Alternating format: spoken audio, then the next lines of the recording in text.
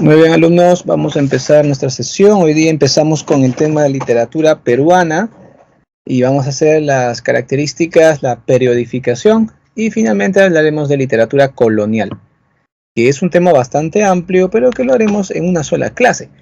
Porque la siguiente vamos a hacer, o sea, la próxima clase, vamos a hacer literatura peruana del siglo XIX y siglo XX, pero ya en el periodo republicano. Así que como ves, está bien cargada nuestras clases de hoy día y la próxima. Acá puedes verificarlo, mira, nuestro menú hoy día tiene entrada, sopa, segundo y postre todavía, así que sí, hoy día salimos bien taipa de la clase. Ahí lo tienes, ¿ya? Espero que le hayan tomado atención, vamos a desarrollar todo eso hoy día en nuestra sesión. Primero vamos con características de literatura peruana. Nuestra literatura, primero, que tiene tres características muy importantes y tiene tres grandes momentos. Las tres características importantes son la heterogeneidad, es decir, que nuestra literatura tiene diversidad de elementos constitutivos. Podemos hablar de literatura peruana oral, escrita, popular, culta, de origen europeo, de origen andino, mestiza, costeña, andina, amazónica, etc. O sea, hay una gran diversidad, hay una gran heterogeneidad. Luego la pluriculturalidad. Desde la época inca y en la colonia y en la época republicana y actualmente siempre ha habido diferentes culturas en cada zona, en cada región de nuestro territorio. Hasta el día de hoy hay culturas muy diferenciadas. Hay, por ejemplo, una notoria cultura de la meseta del Collao en Aymara, una cultura en quechua, en el sur andino, ¿está bien? Tenemos también la cultura del centro, vinculada con la región de Junín, sobre todo. Tenemos una cultura también costeña de valle, por ejemplo, Cañete, puede ser Huaral, se dan cuenta, ¿no? O podemos hablar también de una cultura de los manglares en Tumbes, o una cultura amazónica de la ceja de selva como Oxapampa o Tingomaría, o una cultura amazónica de la selva baja como Iquitos o Pucallpa. Entonces, estamos hablando de un país pluricultural, está bien, dada su diversidad regional. Y esa pluriculturalidad también da a un multilingüismo. Según informes de las crónicas españolas, cuando los españoles quisieron catequizar a los indios a la llegada de ellos aquí, a los españoles, ellos se dieron cuenta que había aproximadamente 200 lenguas en las costas y sierras del Perú. Eso que no hablaban de los idiomas que se hablaban en la selva, por si acaso. Solamente la costa y la selva, el sierra. Así que ellos dijeron, ¿cómo vamos a hacer tantos catecismos? Va a ser un mundo hacer tanto catecismo. Así que lo que hicieron fue tratar de homogeneizar a toda la población que hable castellano. Pero para los indígenas el castellano era para ellos como para ti hoy en día es el chino. O sea, era una lengua muy complicada de aprender. En cambio, todos en el Tahuantinsuyo hablaban un poco de quechua. No es que el quechua era masivo en la época inca. El quechua se hablaba en todo el territorio del Tahuantinsuyo como hoy en día sabemos inglés. Por ejemplo, yo sé un poco de inglés, leo un poco, pero para mantener una conversación me falta mucho. Entonces, habrá en el grupo aquí entre ustedes algunos que han terminado inglés en instituto, es normal, hay chiquillos ahí de 12, 13 que ya acabaron, saben inglés, fuerte de inglés, y otros que tienen mi edad y solamente están con el verbo to be, ¿no? O sea, o dicen chicken, y ahí nomás quedan, ¿no? Y no tienen más. Así que algo así era en la época inca, el quechua. Pero los españoles se dieron cuenta que si todos los indios sabían un poco de quechua, podían aprovechar eso para catequizarlos en quechua. ¿Se dan cuenta? Porque para el antiguo peruano, el quechua era como para ti el inglés, y el español para el antiguo peruano era como el chino. O sea que imagínate que un día llegan invasores, y los chinos vienen a invadirnos y dicen, ya, ahora todos van a aprender chino. Y tú, no, el chino, pero los chinos se dan cuenta, pero acá en Perú todos hablan un poquito de inglés. Ya en inglés hay que enseñar, ya en inglés nos obligan así. Entonces el quechua adquiere un gran poder, una gran hegemonía durante la colonia. Y desaparecen muchas lenguas regionales, ¿no? Entonces han quedado muy pocas. Solo el aymara y el puquina se salvan, porque son lenguas masivas en la parte sur. Pero en la región amazónica quedó esa gran diversidad, hasta el día de hoy, ¿no? Una gran diversidad lingüística, ¿ya? Así que ya sabes, la época dorada del quechua, la colonia, aunque te parezca extraño. Y la época de decadencia del quechua, la república, aunque te parezca extraño. Sí, eso se puede hablar en una clase de lingüística, ¿no? Ahora te doy algunos datos para que averigües por tu cuenta o le preguntes al profesor de lenguaje de la PRE sobre este tema tan interesante. Muy bien, alumnos. Entonces, ya sabes, literatura peruana, heterogénea, pluricultural y multilingüe, porque un poema oral compuesto en una comunidad amazónica en su lengua nativa es literatura peruana. ¿Está bien? El teatro quechua colonial del siglo XVIII es literatura peruana. La obra de Mario Vargas Llosa en castellano es literatura peruana. Entonces, peruano es todo eso, abarca diferentes lenguas, culturas y elementos constitutivos. Vamos con la periodificación. La periodificación dividida en tres momentos, ¿no? La etapa prehispánica, que comprende pues desde que el ser humano se asienta en este territorio y hace cultura, hasta que llegan los españoles. Este conjunto de composiciones orales son anteriores a la llegada de los españoles. Habían leyendas, mitos, tipos de poesía. Por ejemplo, los incas tenían dos tipos de poesía, el jailli y el jarawi. El jailli era de la nobleza, era oficial. Había jailli militar para celebrar las victorias en el campo de batalla, jailli agrícola para cantar, celebrar la época de la siembra, la cosecha, y el jailli religioso para lo que es el tributo a los dioses, el homenaje al dios sol, por ejemplo, ¿no? El jailli religioso. En cambio, el jarawi era una manifestación popular del pueblo, el ayllu. Ahí estaban los arabicus, ¿no es cierto?, que eran los poetas populares. El jarawi había varios tipos, había de homenaje a los elementos de la naturaleza, como el aymoray, había el jarawi de despedida, que era el cacharpari, el jarawi amoroso, que era el urpi, donde urpi significa paloma, y la paloma metaforiza a la mujer que se aleja del nido y te deja solito a ti con tu corazón partido, ¿no? Como el nido que deja en calma. También tenemos el ayataki, que es el jarawi fúnebre, ¿no? Aya es muerto o alma, y taki es canto fúnebre, canto del muerto, ¿no? El ayataki. Así que estas formas líricas, el jailli prácticamente desaparece con el incario, ¿no? Ya no había mucho esto porque ya no hay un culto al sol, por ejemplo, ya no hay batallas que ganar por los incas, pero se mantiene el jarawi, porque era popular del pueblo, y el jarawi se mantiene por toda la época colonial y llega hasta el día de hoy, todavía hay jarawi, todavía hoy en día se recitan jarawis. ¿Está bien? Eso es muy interesante. Ahora, en la colonia, lo que encontramos es desde que llegan los españoles y vencen a Atahualpa en Cajamarca hasta que son derrotados, el poder político español es derrotado en la batalla de Ayacucho en 1824 y años antes en la declaración de la independencia, que ya se cumplieron 200 años, nos declararon independientes, aunque no lo éramos del todo porque había ejército español todavía en la sierra, ¿no? Bien, ¿cómo dividimos este momento, este periodo llamado literatura colonial?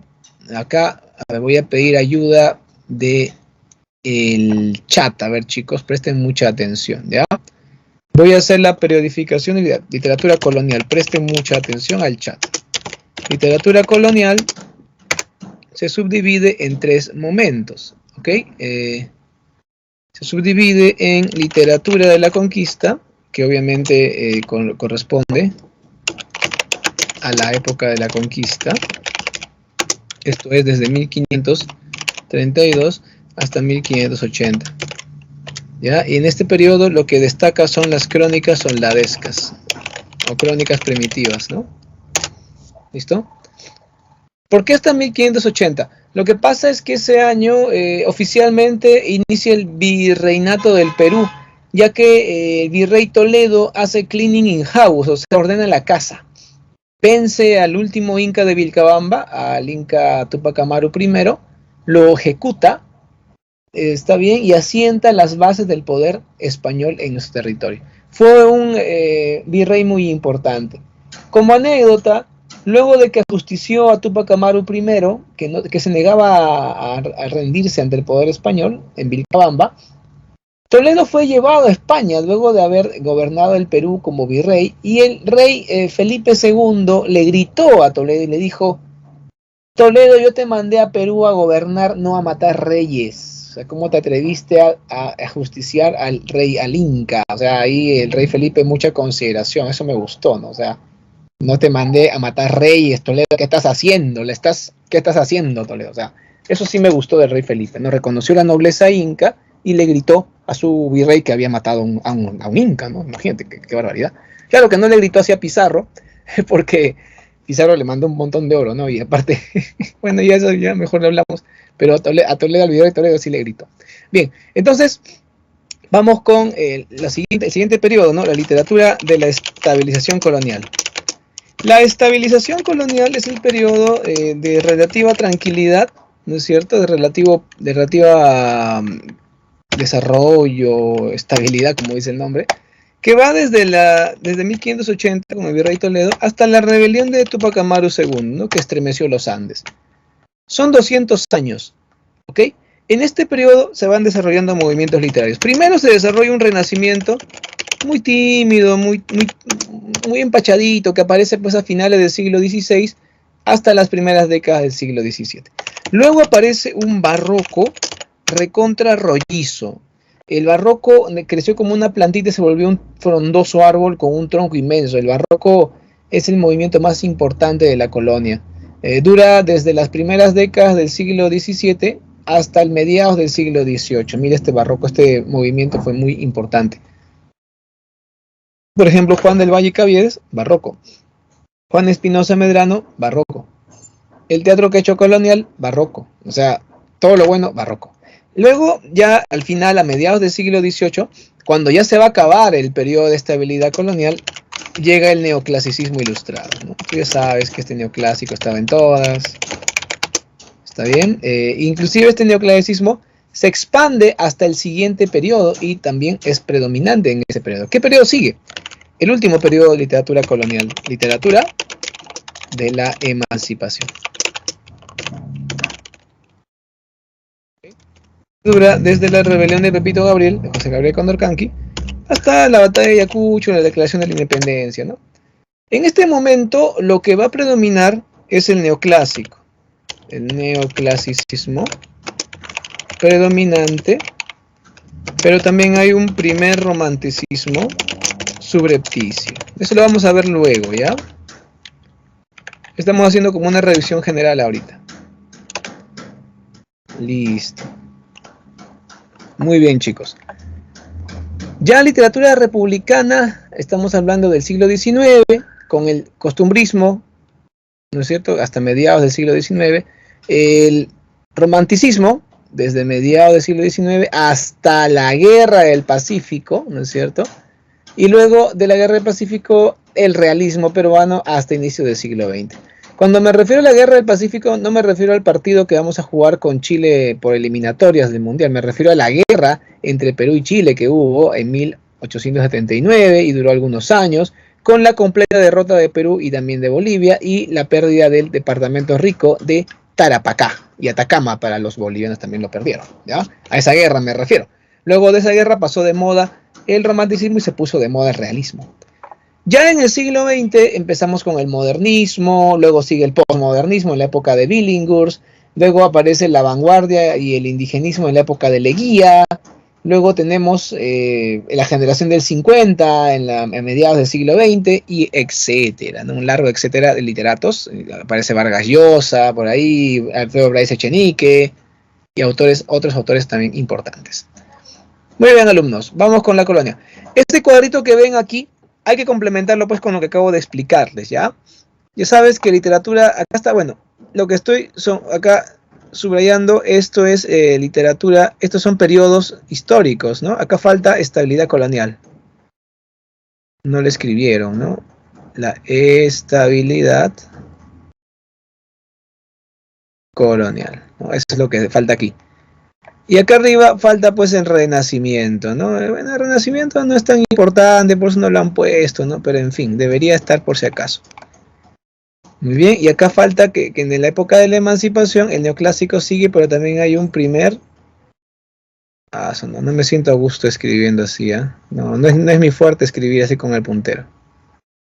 Hay un primer romanticismo, ya saben. ¿Profesor, está escribiendo en la pantalla?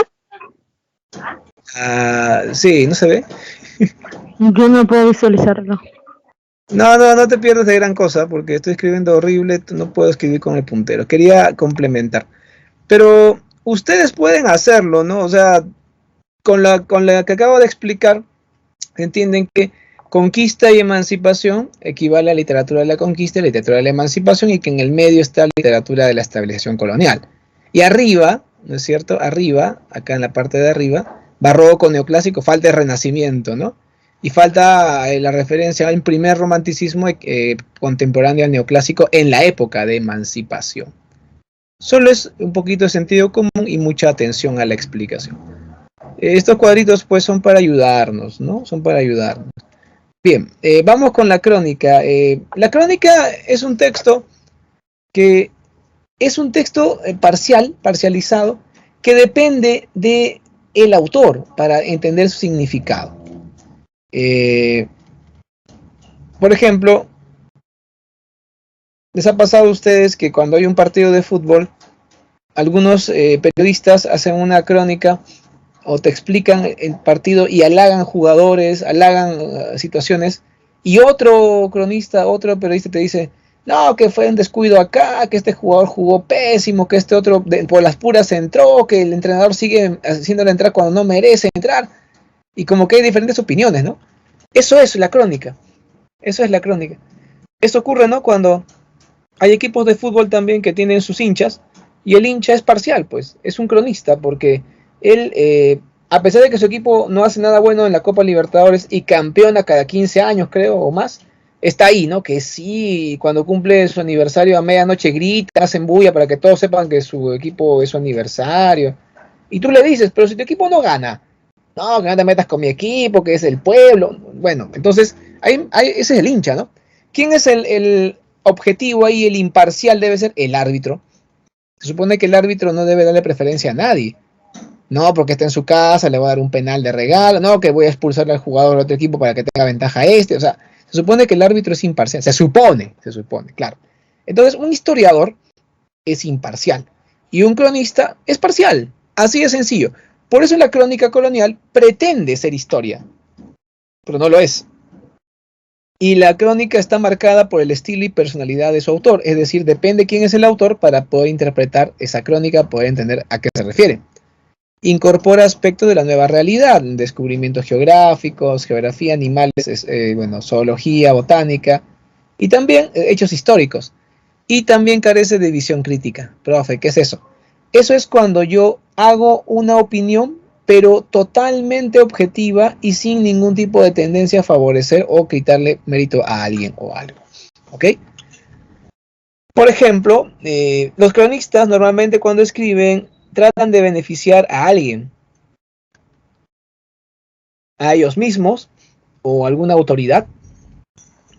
Uno de los cronistas más destacados de España fue, un español mejor dicho, fue Pedro Cieza de León, y él sirvió al virrey Toledo. El virrey Toledo, como ya te dije, mandó a matar, ejecutó a Túpac Amaru I, y cuando le criticaron por eso, inclusive el rey de España le gritó, él se excusó diciendo, los incas han sido tiranos, los incas han sido abusivos con los pueblos y por eso está bien que los hemos vencido. No eran una élite gobernante buena. Esa era su salida, ¿no? Su defensa. Y muchos cronistas toledanos, gente que apoyó al virrey Toledo, hicieron crónicas donde los incas aparecían como tipos abusivos, tipos corruptos, sanguinarios, malvados. Y entonces esos son los cronistas toledanos porque apoyan a virrey Toledo y tratan de excusarlo ahí por haber matado a un inca. Ahora, luego de esto aparecen los cronistas post-toledanos, que son cronistas más bien que reivindican mucho a los incas. Por ejemplo, el Inca Garcilaso entra en esa onda, ¿no? De ser post-toledano. Y obviamente también porque es hijo de una chica de Panaca, es hijo de una familia inca noble, la Panaca de Tupac Yupanqui, por cierto, ¿ya? Y también pues por ese motivo él enaltece a los incas, ¿no? Aparte que es post-toledano, está en otra onda. Aparte el Inca Garcilaso se cobra varias venganzas también, ¿no? Como vamos a ver en sus crónicas. Veamos. Inca Garcilaso de la Vega, ya sabes que nació en Cusco y que su padre era un aristócrata español llamado Garcilaso de la Vega y su mamá era la ñusta de la Panaca de Tupac Yupanqui llamada Isabel Chimpu Ocllo. Se entiende que le pusieron Isabel porque aceptó ser bautizada. Y se llamó así ya grande, no chiquilla, ¿no? O sea, cuando ya tenía 17 años aceptó ser bautizada y luego la hicieron comprometer con el capitán Garcilaso que llega de España para ser encomendero. No se casaron, pero tampoco es que fue un choque y fuga. Había un hogar. Así que este niño, bautizado originalmente nuestro autor como Gómez Suárez de Figueroa, un nombre muy ilustre en la familia ilustre del padre, imagínate, este papá decía, cuando mi hijo algún día vaya a España, le van a preguntar cómo se llama y él va a decir Gómez Suárez de Figueroa y todos van a decir, tú eres Gómez Suárez, tu tío tal, tu abuelo tal, y al toque se van a dar cuenta de que es alguien muy importante. Así que el papá tenía muchas expectativas en este hijo, ¿ah? No es que lo tuvo así porque le obligaron o que bueno, a saber qué sale. No, no, no. Ese niño para él significaba su orgullo, que iba a continuar con su legado. Ya por eso le puso un nombre rimbombante. Este chico crece en Cusco, criado por la mamá que le hablaba en quechua, le decía, haz tus deberes en quechua, tiende tu cama en quechua. Cuando era bebito le daba de lactar, le cantaba en quechua, ¿ya? Y cuando su papá llegaba, su papá le hablaba en castellano y después lo envió a la escuela.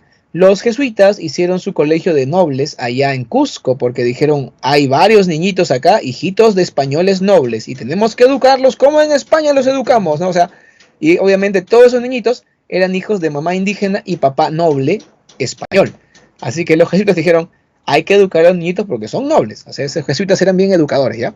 Así que había una escuela llena de niños mestizos, todos mestizos, ¿ya? Y los jesuitas decían, parece que el cruce favorece la inteligencia. Son bien inteligentes los alumnitos mestizos, felices ellos con sus alumnitos. Ahí estaba pues Gómez Suárez, ¿ya? Y aprendía latín, matemática, leyendo a Aristóteles, a Platón, así como tú en la pre, ¿no? Se educaba según el canon europeo occidental. Y con su mamá aprendía de la cultura indígena, sus tíos incas se reunían a hablar de la grandeza del imperio en quechua, ¿no? Esa doble herencia cultural del autor va a ser muy importante.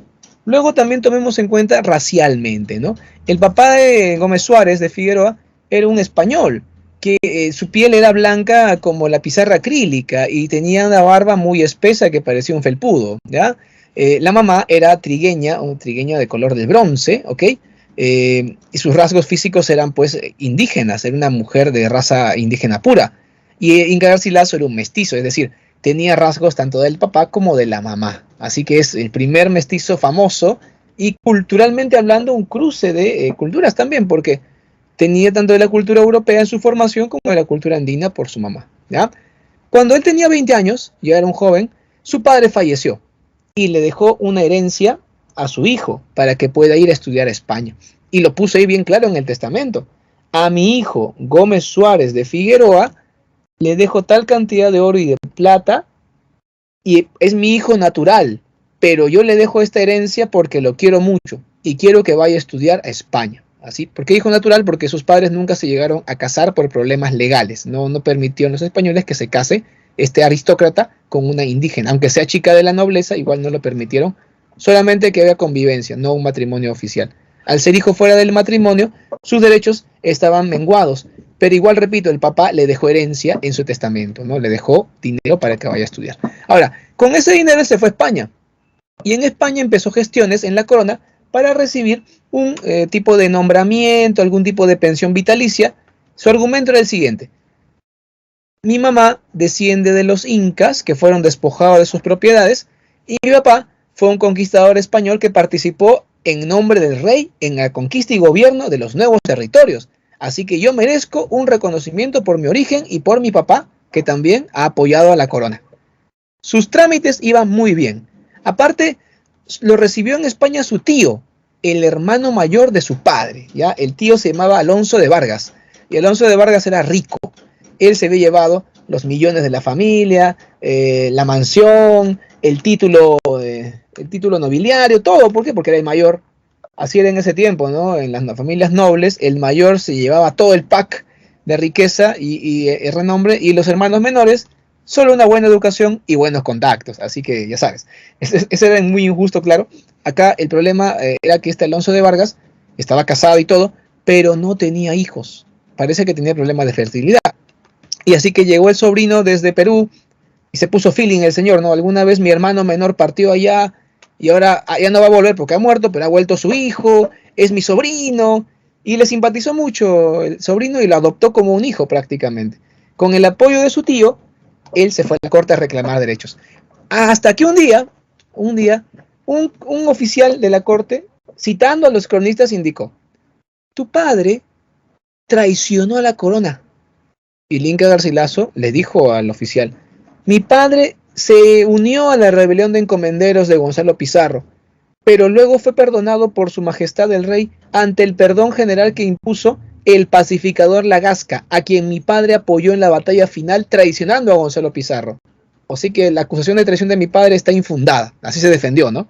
Luego el oficial le dijo: pero acá un cronista menciona que tu papá, el capitán Garcilaso, apoyó a Gonzalo cuando había sido atrapado y le brindó su caballo para que pueda escapar, aduciendo que si se quedaba ahí atrapado por otros enemigos, lo iban a ejecutar de inmediato, y que Gonzalo Pizarro merecía un juicio justo en España y tal vez lograr la prisión a cadena perpetua, pero en prisión española. Así que tu papá le prestó su caballo. Bueno, igual te cuento que lo agarraron a Gonzalo y lo mataron, ¿ya? Pero la idea es que por ese detalle de prestar el caballo fue considerado traidor y le cerraron todas las puertas al Inca Garcilaso y él se puso muy resentido. Luego, para ver si le elevaban los ánimos, fue a visitar a su tío que se llamaba igual que él, Gómez Suárez de Figueroa, el primo de su papá, el primo, ¿ya? Como diciendo: tío, soy tu tocayo, que somos ilustres. Y el tío, que era recontra rico y recontra soberbio, lo despreció al sobrino, ¿no? Algo así como que no me simpatizas, que no me gusta que te llames como yo, tú eres muy trigueñito, no pareces un Gómez Suárez de Figueroa. O sea, imagínate, ¿cómo le van a hacer eso? Y se resintió tanto nuestro autor que decidió cambiarse el nombre. A partir de entonces ya no se llamó más Gómez Suárez de Figueroa, ya no quería recibir ese nombre. Ahora, legalmente se cambió el nombre a Garcilaso de la Vega, como su papá. Así que se empezó a llamar Garcilaso cuando firmaba sus obras o cuando firmaba un bautismo o un acta de bautismo, porque le hacían apadrinar niños. Él firmaba tanto las obras literarias como los bautizos como Inca Garcilaso de la Vega, diciendo que por su madre él era un inca, porque su madre era la panaca de Tupac Yupanqui. Mira qué tal honor.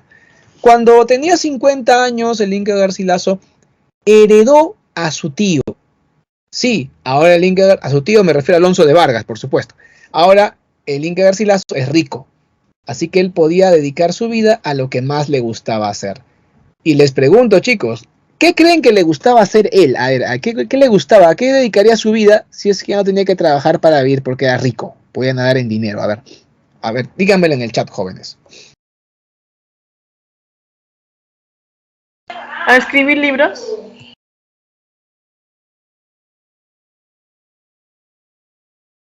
A ver. Por supuesto. Pero claro, hay dos actividades, ¿ah? Lo que has dicho es correcto. A un 50%. Te falta el otro 50%. ¿Cuál es el otro 50%? Leer. Leer libros. Escribir libros. Claro, un literato, un letrado. Entonces él empieza a participar en talleres literarios, en el circuito letrado del cenáculo literario de humanista de Montilla, ahí cerca de Córdoba, en España. Empieza una carrera como literato. Lo primero que él hace es traducir del italiano al castellano diálogos de amor del judío italiano Giuda Barbanel, que firmaba su obra como León Hebreo. Él traduce, le halagan la traducción: has tenido buena pluma. Luego hace una investigación de documentos de su familia y llega a hacer la genealogía de Garci Pérez de Vargas para demostrar que su familia, la familia de su papá, es noble recontra noble. Así lo demuestra, ¿no? Como decir, mi familia es demasiado importante. Luego conversa con Juan de Silvestre, que es un veterano del ejército español, que estuvo en la exploración de la Florida, al sur de Estados Unidos actual. Ese lugar era donde, bueno, se buscaba la fuente de la juventud. Hasta en la película Piratas del Caribe sale esa búsqueda, ¿no? Buscando la fuente de la juventud. No sé si han visto la película y sale en la Florida, están buscando, ¿no? En la península legendaria. Así que este veterano conversa con Garcilaso, le informa lo que pasó y a partir del testimonio de él escribe La Florida del Inca, la crónica de la conquista de la Florida. A pesar de que Garcilaso nunca estuvo ahí, conversó con un testigo de los hechos, ¿ya? Recuerda, para hacer crónica hay dos opciones: o estás ahí, que sería lo ideal, o conversas con alguien que estuvo ahí. Así de sencillo, ¿ya? Hay dos opciones: o conversas con alguien que estuvo, o tú estás ahí. Así que ustedes, alumnos, por más de que ustedes son muy jovencitos y han nacido después del año 2000 inclusive, podrían todavía hacer crónicas de la guerra interna de Perú, del terrorismo de los 80 y 90 del siglo XX. Profe, yo no estuve. Por supuesto que no estabas, creo que ni en el proyecto estabas.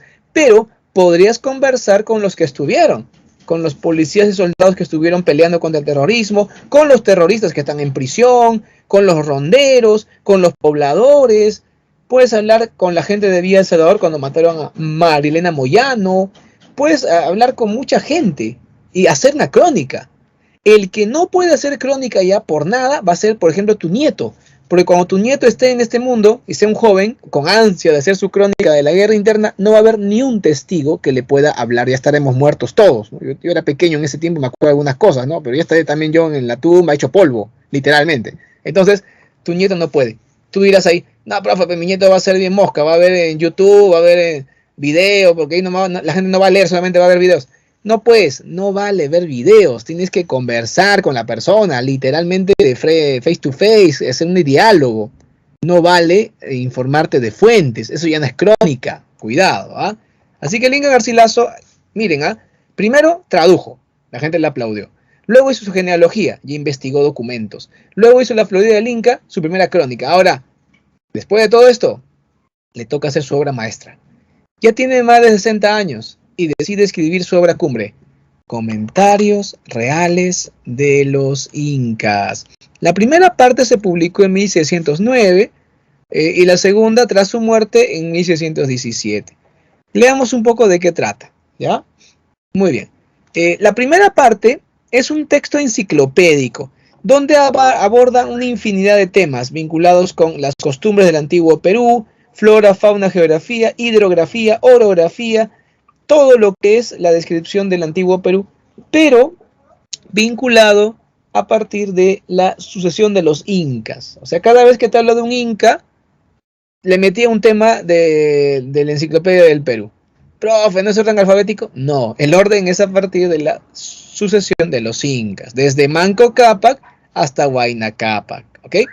En esta primera parte, él siempre dice, yo soy el mejor cronista, porque yo sé quechua, porque yo mamé el quechua de los pechos de mi madre, así decía de una manera muy orgullosa de su origen, ¿no? O sea, y tú vas a decir, profe, ¿es verdad? Yo aprendo la lengua de la mujer que lacto. Bueno, chicos, esa teoría lingüística es incorrecta, ¿no? Tiene sentido porque un niño aprende a hablar en la época en que, bueno, desde que está lactando hasta que está creciendo, pareciera que a partir de la mujer que ha estado en contacto con él aprende la lengua. Pero en realidad aprende más la lengua por el contacto social, por el medio que le rodea, ¿no? Entonces, ¿qué tal si a un niño de un pueblito andino, donde hablan quechua, ahorita, ¿no? Lo llevo a Rusia, recién nacidito, y allá le hacen lactar con una chica, una mamá rusa, ¿no? Para que crezca allá. Y ese niño andino va a hablar ruso, pero no porque la leche que lactó, sino porque crece en Rusia.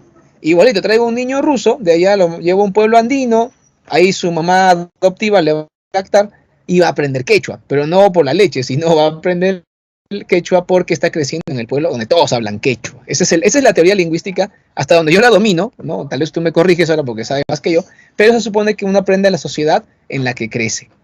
¿Está bien? Si fuera eso de que la mamá, o sea, yo sería bilingüe como Arguedas, ¿ya? Porque mi mamá habla quechua y habla castellano, y yo solo hablo castellano, así que no tiene sentido, ¿no? Porque yo crecí en Lima y ya que sí, defectuoso, ¿no? Lamentablemente, mi mamá, en cambio, creció en la sierra, hablaba quechua de niña y un poquito de castellano, luego vino jovencita a Lima y acá hablan castellano bastante estándar, así que ella tiene esos dos, ¿no? Como Arguedas, bilingüe, tiene ese don, ¿no? Yo no lo tengo, así que queda desvirtuada la teoría de Garcilaso. Claro, acá él decía, yo sé quechua, por ejemplo, voy a escribir en el chat, ¿ya? Yo distingo la palabra huaga, voy a escribirlo así, huaga, ¿ya? Y la palabra huaca. ¿Y qué diferencia entre huaga y huaca? Él decía, bueno, huaga es un verbo del quechua, huaga es llorar. Por ejemplo, ama huagachu, no llores, ¿no? Es un verbo conjugándolo ahí. En cambio, huaca es algo sagrado, un ídolo, un lugar, una montaña, un animal, una piedra, un fruto especial, ¿no? De un color muy hermoso, una forma muy peculiar. Así que es algo sagrado. Y él dice, los cronistas españoles, como no saben quechua, confunden la palabra huaga con la palabra huaca y no la distinguen bien. Y yo sí la distingo porque yo sí sé quechua, porque yo lo lacté y no sé cuánto, ¿no? Y ahí se mete su florazo ahí de que él es el mejor cronista, ¿ya? En otras palabras, ¿ya? Muy bien. En la segunda parte, el Inca Garcilaso nos narra desde la lucha entre Huáscar y Atahualpa, la llegada de los españoles en la derrota del Imperio Inca hasta las guerras civiles, ¿ya? Si en la primera parte él nos dice que su principal informante son sus tíos, los primos de su mamá, también amigos peruanos que le han mandado cartas e información, él dice que con esa información ha trabajado. La segunda parte, claro, también tiene información de su padre que le contaba cuando él era niño y todo, pero lo principal es que en esta segunda parte ya aparece nuestro autor como personaje, ya hay un poco de autobiografía, o él es testigo de los hechos. ¿Por qué? Por ejemplo, cuando él era niño, un niñito pues de 7, 8 años, Gonzalo Pizarro llegaba a Cusco triunfante en su victoria. Obviamente su padre estaba de parte de Gonzalo, eran amigos inclusive, imagínate, ¿no? Y el Inca Garcilaso era un hincha, era un fan de Gonzalo Pizarro. Otra anécdota muy buena que a mí me conmovió fue cuando los enemigos de su padre, cuando Gonzalo Pizarro fue pues, digamos, derrotado en Cusco, su padre tuvo que escapar, ¿no? Con Gonzalo, porque ese tiempo todavía le apoyaba.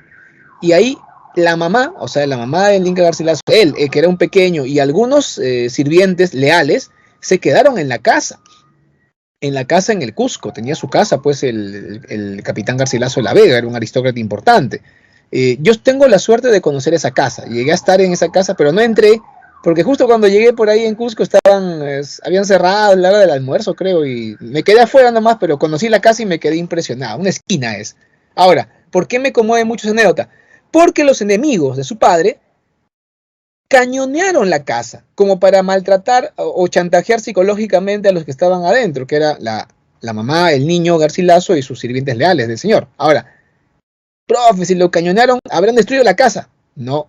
La bala de cañón, según la crónica, rebotaba con una pelota de básquet, así, ¡paj! ¡Paj! Imagínate qué tal el juego, mete un cañonazo y ¡pum! Rebota la bala, mete otro cañonazo, ¡pum! Rebota la bala, porque ese muro era un muro inca, pues chicos, ese muro inca, ya sabes cómo eran los muros incas, así que no pudieron bajarse la casa. Claro que tanto cañonazo empezó a rajarse en la pared, seguro, pero ahí algunos españoles ya más conscientes, ¿no? Oigan, ya no hagan eso, porque acá no está el que buscamos, ahí adentro hay una familia, hay niños, así que por favor, hay que cuidar el honor de los españoles. Somos buenos castellanos, dejen de hacer esa maldad. Y ya dejaron de cañonear la casa, imagínate, ¿no? ¿Qué tal la anécdota? Toda la casa retumbaba con ese cañonazo. Así que esa anécdota ya nos la cuenta él, porque él la vivió, él era pequeño y se acuerda.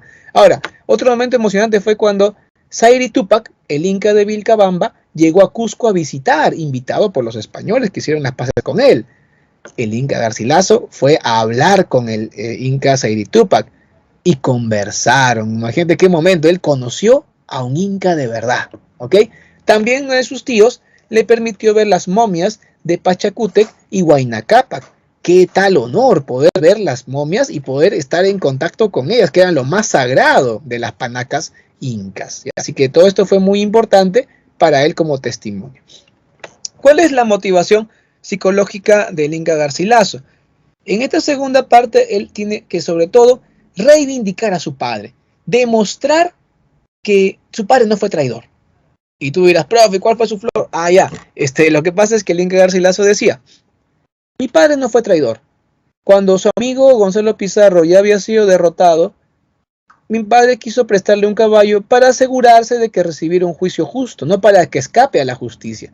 Mi padre quería escoltarlo, quería llevarlo con amigos para que vaya a España a un juicio justo y se le haga justicia, pues no que lo ejecuten de frente, sin un juicio, sin que el rey pueda escuchar su causa, ¿no? Entonces, por eso mi padre fue un buen amigo, un hombre considerado con su prójimo y no un traidor, porque él estaba a favor del pacificador Lagasca y Gonzalo ya era un hombre derrotado. Su vida en el campo de batalla solamente aseguraba su vida, pero ya no aseguraba que su rebelión fuera a triunfar o volviera a levantarse contra el rey. Así que mi padre no fue traidor, solamente fue un hombre noble que apreció la justicia. Imagínate qué tal flor. Bueno, ya la cosa es que con esto ya está defendiendo a su papá. ¿Ok? ¿Qué opinan, estudiantes? ¿Le creen a Garcilaso o creen que está acomodando la cosa a su interés? Buen cronista salió Garcilaso, ¿no? Creo que se dan cuenta cómo va la intención por acá, ¿verdad? Y bueno, al final, ¿por qué motivo el Inca Garcilaso hace la crónica? Se ha descubierto, ya en análisis posteriores, que el principal motivo del Inca Garcilaso es demostrar que los incas eran lo máximo y que la conquista fue un error en su violencia y destrucción, que los incas no debieron ser destruidos porque eran lo más positivo que le pasó al mundo andino antes de la llegada de los españoles. Así que como que así soterradamente nomás está que critica la conquista, porque quiere enaltecer a los incas, por supuesto, ¿ya? Muy bien, vamos con el teatro quechua colonial, chicos. El teatro quechua colonial aparece desde mediados del siglo XVII hasta finales del siglo XVIII, o sea, hasta la época de Tupac Amaru. Por si acaso no te han dicho esto, a veces creo que algunos profesores de historia no lo hacen. Durante la colonia hubo una realeza inca en el Cusco, hubo aristocracia inca, que eran los nobles de las panacas que habían transado con Pizarro y compañía. Esta gente fue oficialmente reconocida como la nobleza inca por el rey de España, y tenían privilegios y tenían beneficios, ¿está bien? Gente muy poderosa. Durante toda la colonia ellos eran importantes, ¿está bien? Cuando José de Ablé Condorcanqui, Tupac Amaru II, se sublevó, los llamó a pelear a ellos, ¿no? Y ellos dijeron, yo te conozco, ¿tú quién eres? Ah? Y le mandaron su memorial al rey de España, diciendo, rey de España, te somos leales a ti. Ese que se ha revelado dice que es nuestro primo, ni lo conocemos quién será. Te vamos a apoyar a ti, y la causa del rey es nuestra causa. Vamos a aportar recursos, vamos a aportar soldados, y vamos a enfrentarnos a ese rebelde. Así le escribieron su memorial los nobles incas del Cusco al rey de España. Respuesta de los españoles. Le dijeron a los nobles del Cusco, gracias por su apoyo, ustedes son leales al rey. Por eso, mientras vivan, conservarán sus privilegios. Pero cuando ustedes ya mueran, sus herederos ya no van a tener tantos privilegios como ustedes. Entonces, como que fue un poco injusto el trato, ¿no? Peor todavía, cuando llegó la ola libertadora del sur y del norte, San Martín y Simón Bolívar transaron con los criollos de Lima. En ningún momento transaron con los aristócratas del Cusco. Más bien Bolívar suprimió los cacicazgos y aniquiló el poder de estos nobles incas. Te cuento como anécdota para cerrar este tema, que actualmente todavía existen esas familias. En Cusco, sobre todo, viven allá, y son familias con un gran prestigio, pero no son tan ricos ni tan poderosos como en otros tiempos. Tengo entendido que todavía participan en políticas, hacen elegir alcaldes o son dirigentes, pero ya no son tan poderosos como en la época colonial, por supuesto que no, ya no lo son, han perdido mucho ese poder, pero su prestigio sigue intacto. ¿Ah? Cuando fui al Cusco, quise conocer a alguna de estas familias, pero me decían, no, esta gente es bien especial, no les gusta que les molesten, quieren vivir una vida tranquilos. Imagínate, ¿no? O sea, son como estrellas allá en el Cusco, son familias muy importantes, muy reconocidas y también famosas, ¿ya? Muy bien, esta gente, sus ancestros de estos personajes, en la época colonial, tuvieron teatro en su lengua como muestra de su gran poder, ¿está bien? Son obras compuestas en lengua quechua, ¿listo? La gran mayoría, por no decir casi todas, son autos sacramentales. ¿Qué es eso, profe? El auto sacramental es una especie dramática, una especie de teatro, como la comedia, la tragedia o el drama, ¿ya? Pero el auto sacramental se caracteriza por ser eminentemente religioso y usar el nivel alegórico. Todas las obras del teatro quechua colonial son autosacramentales, excepto una. Hay una que no. Ajá, Ollantay, muy bien. Muy bien. Ahora, ¿ya? Ollantay pertenece al género dramático, el autor es anónimo, no sabemos quién fue realmente el autor, es uno de los debates que hay. Por favor, no vayan a pensar que todas las obras del teatro quechua colonial son anónimas, no. Algunas, como Ollantay, lo son, pero la mayoría tienen autor. Un autor famoso, por ejemplo, es Gaspar Centeno de Osma, o también el mismo Juan Espinosa Medrano, que también es autor de obras de teatro de este teatro quechua colonial. La lengua original es el quechua. Probablemente, según la mayor parte de investigadores, esta obra se compuso a finales del siglo XVIII, poco antes de la rebelión de Tupac Amaru II, ¿ya? Dividido en 3 actos, como toda obra del siglo de oro, compuesto en verso con predominio del octosílabo y presencia de la rima consonante, todo esto en quechua. También el argumento es quechua, porque el argumento es una historia que las crónicas recogen a la conquista. O sea, la idea de este general que se rebela por el amor ñañusta contra el Inca es una historia que viene de la época prehispánica. No fue inventada en la colonia y menos por un español. ¿Ya? Es parte del acervo cultural cusqueño previo a la conquista inclusive. ¿Ya? Bien, vamos con Ollantay y su temática. Recuerdan el argumento, ¿verdad, alumnos? Ollantay es el general más destacado de Pachacútec. Se enamora de la hija de Pachacútec, la más bella, llamada Cusicoyur, pero cuando pide la mano lo desprecian porque el Inca Pachacútec es inflexible y autoritario. Es monolítico y no permite que se trasvasen las barreras sociales porque Ollantay es de una aristocracia de privilegio, nobleza de privilegio, no es miembro de las panacas, así que no puede estar con una chica hija del Inca. Para esto, Ollantay se escapa porque sabe que lo van a descubrir porque ya él se había, entre comillas, se había casado en secreto con Cusicoyur. Sí, se habían casado en secreto con unas tremendas comillas y ella estaba embarazada. El Inca se entera y manda a atrapar a Ollantay, manda a encerrar a su hija en el Agyahuasi en una mazmorra, no como Agya, sino en una mazmorra.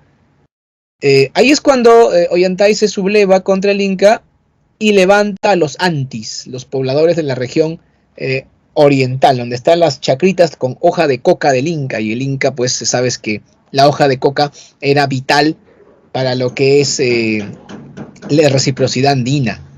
Así que mira, se le revela el antisuyo, le confiscan sus chacras de coca y encima le embarazan a la hija, o sea, está furioso. Así que manda al rival de Ollantay a atraparlo, manda a Rumiñahui, pero Ollantay lo vence sin problemas en batalla y Rumiñahui, humillado y herido, se esconde de la furia del Inca. El Inca se desquita con su hija y la manda a encerrar y ahí da luz a su hijita que se llamó Ima Sumac, que está bien. Escribo este nombre porque es un nombre muy especial. Sumac en castellano significa hermoso. O sea, si tú quieres decirle a una chica en quechua que es una mujer muy bonita, tú le dices pretty woman. Ah, no, perdón, ese es en inglés. En quechua sería Sumac Warmichay, le dices, ¿no? Sumac Warmichay, está diciéndole linda mujercita, Cuyay Urpillay, ¿no? Yo te quiero mucho, palomita, le estás halagando, pues joven, tienes que tener tus palabras, ¿ya? ¿Qué significa Naima Sumac? Más o menos como qué bonita, o qué bella, o qué hermosa, es más o menos la idea, porque nació bien bonita, obviamente se le salió la mamá, no el papá, ¿ya? Y esta niña fue criada como huerfanita en el Agyahuasi. Le dijeron, te encontramos acá a la vuelta de la esquina, ¿no? Y tiradita. Mentira, ella es es nieta del Inca y es hija del famoso general rebelde, pero ella le hacen creer que es huerfanita. Pasan los años, pasa el tiempo, muere Pachacútec y entra Tupac Yupanqui. Rumiñahui le pide a él una nueva oportunidad y el Inca se muestra flexible, le da una nueva oportunidad y esta vez con astucia vence Ollantay, ya lo derrota con astucia, no con la fuerza. Hasta esto la niña Ima Sumac, que es muy curiosita, ha encontrado a su madre encerrada en la mazmorra, se le ha revelado la verdad y ahora va a reclamar a su tío Tupac Yupanqui para que libere a su mamá. Justo la niña se escapa del Agyahuasi, justo traen a Ollantay para ajusticiarlo, ¿ok? Pero el Inca Tupac Yupanqui se pasa de buena gente, se pasa de revoluciones y perdona a Ollantay, le dice, ¿sabes qué, Ollantay? Disculpa, Rumiñahui, ¿ya? Pero Ollantay, tú eres el mejor general. Yo te admiro tanto que tengo pegado tu póster en el techo de mi cuarto y cuando me levanto te veo a ti ahí. O sea, y te admiro tanto que te voy a perdonar, ¿ya? Pero para estar seguro de que me vas a ser leal, debes casarte con una chica de mi panaca, ahí me aseguro que va a serme leal. Y ahí pues le ofrece, pues se puede casar con alguna tía, primo, sobrina, soltera del Inca, de su panaca, ¿no? Lo más preciado, la panaca inca, chicos, la panaca, ¿ok? Bueno, si no sabes qué es panaca, bueno, yo te explico brevemente. Panaca es como le llaman los incas a la Ayllu, a la familia del Inca, vinculada por lazos maternos. Algo así como que si nace un niño, ese niño pertenece a la panaca de la mamá, no del papá, ¿ok? Entonces, cuando un Inca tenía muchos hijos, tenía hijos con las mujeres de todas las panacas. Y cuando el Inca moría, cada panaca quería que el hijo más apto de ese Inca con una chica de su panaca, ese salga como Inca. O sea, había como era un partido político, ¿ya? Por ejemplo, cuando subió Huáscar al poder, Huáscar es de la panaca de Pachacútec, la panaca más poderosa probablemente. Pero como Huáscar salió inepto, las panacas llamaron a otro hijo de Huayna Cápac Capaz, que era Atahualpa, que era de la panaca, perdón, me estoy confundiendo. Atahualpa, perdón, era la panaca de Pachacútec, y Huáscar era la panaca de Tupac Yupanqui, ya me estaba confundiendo. Entonces ahí era pelea de panacas, ¿ya? Una vez que ganó Atahualpa la guerra civil, mandó a quemar la momia de Tupac Yupanqui y mandó a masacrar a la familia a la panaca de Tupac Yupanqui. Justamente por eso es que el Inca Garcilaso tiene bronca a Atahualpa, porque él era de la panaca de Tupac Yupanqui con su mamá. Sus tíos fueron asesinados por orden de Atahualpa. Por eso es que miente y dice que nació en Iquito, que era un usurpador y no sé cuánto, ¿ya? Muy bien. Sí, ya leí el mensaje. Tenemos 5 minutos, chicos. Ya ven, el tiempo es muy cruel con mi curso. Ahora, ya sabes qué es la panaca, ¿no? O sea, si estuviéramos en tiempo de los incas, tú serías de la familia de tu mamá. O sea, la familia de tu papá no cuenta. Si un día hay una pelea entre la familia de tu papá y tu mamá, tú peleas en el bando de tu mamá. Profe, y mis primos, todo mi lado. No, eso no cuenta. En el mundo inca lo que pesaba era la sangre de tu mamá. El papá no. Así pensaban los incas, digo, no es que hoy en día eso es válido, ¿no? Pero así pensaban los incas, así que la panaca es eso, ¿ya? Así que Tupac Yupanqui le dice, te puedes casar con una chica de mi panaca, ¿no? Y ahí Ollantay le dice, lo siento Inca, pero mi corazón ya le pertenece a una ñusta. Y el Inca le dice, ¿cómo puede ser que desprecia a mi panaca? ¿Quién es esa mujer? Tu hermana, pues. Le dice, la hermana, obviamente era Kusicoyo, la hermana de Tupac Yupanqui. Y justo ahí llega la niña Imazuma diciendo, tío, Inca, mi mamá está encerrada. Y van a ver qué pasaba. Y era pues Kusicoyo, reencuentro familiar. Y el Inca, Ollantay, con confianza, tú ya eras mi cuñado hace años, ya con confianza, cuñado, ¿no? Y ya lo deja al mando del Cusco a Ollantay. Y Tupac Yupanqui se va a conquistar el Coya suyo. Como puedes ver, en esta obra el amor mueve a Ollantay a quebrar las normas sociales inflexibles. El amor es subversivo, estudiantes, y si no lo es, deja de ser interesante. El amor tiene que ser subversivo, resquebrajar, romper barreras, ¿es que ven? Así que ya sabes por dónde va el amor. Bien, vamos con literatura de la emancipación. Ya no tengo tiempo, alumnos, mira qué barbaridad, así no se puede hacer clase, la verdad. Yo voy a pedir permiso para quedarme un par de minutos más, si no se puede, la próxima clase, chicos. Así, miren, son 4 temas, no sean abusivos. A ver, literatura de la emancipación. Fines del siglo XVIII, ya sabemos, a partir de la rebelión de Tupac Amaru, en 1780, hasta inicio del XIX con la declaración de la independencia y la batalla de Ayacucho. El contexto, crisis del sistema colonial, movimientos sociales, influye en literatura neoclásica. Los temas son del primer romanticismo, la patria, el paisaje, la igualdad, la injusticia hacia el indio, ¿no? Temas del primer romanticismo. Pero las formas son neoclásicas. La oda, la fábula, la epigrama, la epístola son formas neoclásicas, como puedes ver. En estas obras no se habla tanto de peruanos, se habla de americanos. Por ejemplo, Juan Pablo Vizcardi Guzmán escribe Carta a los españoles americanos. Nunca escribió Carta a los españoles peruanos, por cierto. Mariano Melgar es el autor más destacado. Melgar fue criollo y fue pobre y fue un genio. Esos 3 factores son muy importantes, acuérdate, criollo, genio y pobre. Como era genio y era criollo, pudo acceder a una educación privilegiada, porque fue becado, obviamente, ¿ya? Como era pobre, estuvo en contacto con la sociedad de la más baja condición social en Arequipa, ¿ok?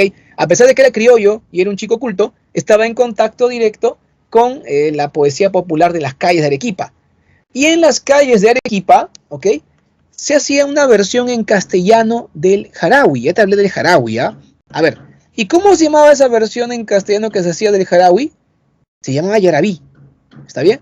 Así que Melgar no inventó el yarabí. Él lo escuchó en las calles de Arequipa porque él era de origen pobre, ¿no? Pero cuando él estaba deprimido porque la chica lo había dejado, él escribe yarabíes mezclando la tradición clásica española con la poesía popular del yarabí mestizo. Así que él eleva al yarabí a una categoría superior. Hace un yarabí melgariano. Ya no es un yarabí solamente oral, que en un castellano quechuizado, sino hace un castellano limpio, ¿ok? Una obra culta mezclada con el origen popular. Y así crea el yarabí melgariano, que hoy en día es considerado la poesía típica de Arequipa. Ya sabes, el yarabí proviene del jarawi, expresa el amor inconstante. Acá aparece la paloma, ¿no es cierto? Acuérdate, ¿no? Vuelve, que ya no puedo vivir sin tus cariños. Vuelve, mi palomita, vuelve a tu dulce nido. Mira que hay cazadores que con afán maligno pondrán en sus redes mortales atractivos. Huye de tanto peligro, no sea que te casen. Vuelve, mi palomita, vuelve a tu dulce nido. ¿Ven? Ahí está el urpi o urpay de la que te hablé en el jarawi hace un rato en la clase. ¿Ya? Ahí podemos también leer el yarabí primero. Ya sabes, Melgar no inventó el yarabí, lo llevó a otro nivel que fue diferente. Bien, alumnos, ya se me acabó la clase, lo siento. Ahí está las clases de la semana 7. Aquí, si me paso, me multan. Y muchas gracias por su atención. Y si hay preguntas, por favor, chicos, perdón. Si hay preguntas, obviamente en el multichat. Y también me las pueden hacer a mí en la próxima clase, en la que veremos literatura peruana de República del siglo XIX y el siglo XX. Hasta luego. Hasta luego, profesor. Gracias.